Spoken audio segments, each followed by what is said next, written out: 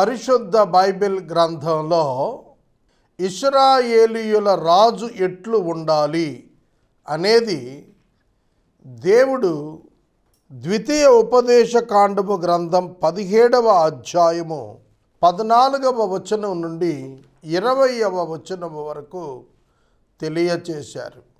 దానిలో ప్రధానంగా ఒక 7 విశేషాలు ఆయన తెలిపారు. ఇశ్రాయేలీయులు కనాను దేశానికి వెళ్ళిన తరువాత అందరి ప్రజల వలె తమకు కూడా రాజుగా ఒకడు ఉండాలని కోరుకుంటే ఆ రాజు ఎవరై ఉండాలి, ఎలా ఉండాలి అనేది దేవుడు మోషేకు తెలియచేశాడు.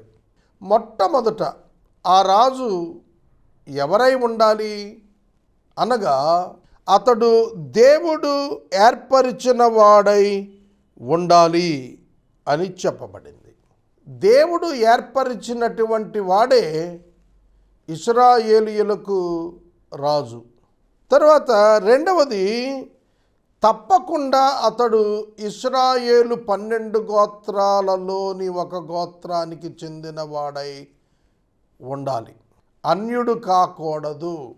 మూడవది, అతడు విస్తారముగా గుర్రములను సంపాదించుకొనకూడదు. గుర్రములను హెచ్చుగా సంపాదించుటకు తాను కానీ తన జనులను కానీ ఐగుప్తుకు తిరిగి వెళ్ళనీయకూడదు. ఇది మూడవది. నాలుగవది, అతడు అతని హృదయము తొలగిపోకుండునట్లు దేవునిపై నుండి అతడు అనేక స్త్రీలను వివాహం చేసుకోకూడదు. ఐదవది, తన కొరకు వెండి బంగారములను బహుగా విస్తరింప చేసుకొనకూడదు. ఆరవది, ధర్మశాస్త్రపు గ్రంథము యొక్క ఒక ప్రతి కాపీని వ్యక్తిగతంగా తన కొరకు వ్రాయించుకొని అతడు దానిని చదివేవానిగా ఉండాలి.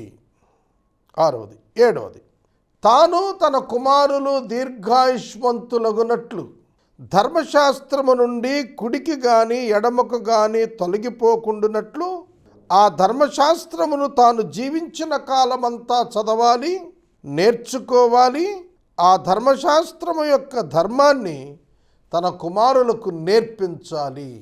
ఈ 7 లక్షణాలు ఉన్నవాడు ఇశ్రాయేలునకు రాజుగా ఉండాలి అని చెప్పి వ్రాయబడింది. గర్వమును విడిచిపెట్టాలి అనేది రాజు విషయంలో చెప్పబడినటువంటి మాట. సోదరుడా, సోదరి, ఈ లక్షణాలన్నింటినీ కూడా మనం చూచినప్పుడు ఇశ్రాయేలును పరిపాలన చేసినటువంటి రాజులలో 42 మంది రాజులు, అన్డివైడెడ్ కింగ్డంలో 4, సౌలు, దావీదు మరియు సొలొమోను, అతని కుమారుడు రెహబాము. ఆ తరువాత యూదా వారిని పరిపాలించినటువంటి 20 మంది, ఇశ్రాయేలును పరిపాలించిన 19 మంది. ఈ రాజులలో ఇశ్రాయేలు ఉత్తర రాజ్యాన్ని పరిపాలించినటువంటి వారిలో 19 మంది చెడ్డ రాజులే వచ్చారు. యూదాను పరిపాలించిన 20 మంది రాజులో 12 మంది మంచివారు, 8 మంది చెడ్డవారు వచ్చారు. ఈ విధంగా మనం వారి చరిత్రను చూసినట్లయితే దేవుడు సెలవిచ్చిన ప్రకారం జీవించిన వారు మంచి రాజులుగాను, దేవుడు సెలవిచ్చిన దానికి వ్యతిరేకంగా ఉన్నవారు చెడ్డ రాజులుగాను ఇశ్రాయేలు రాజుల చరిత్రలో పేరుగాంచారని మనకు తెలియచూ ఉన్నది.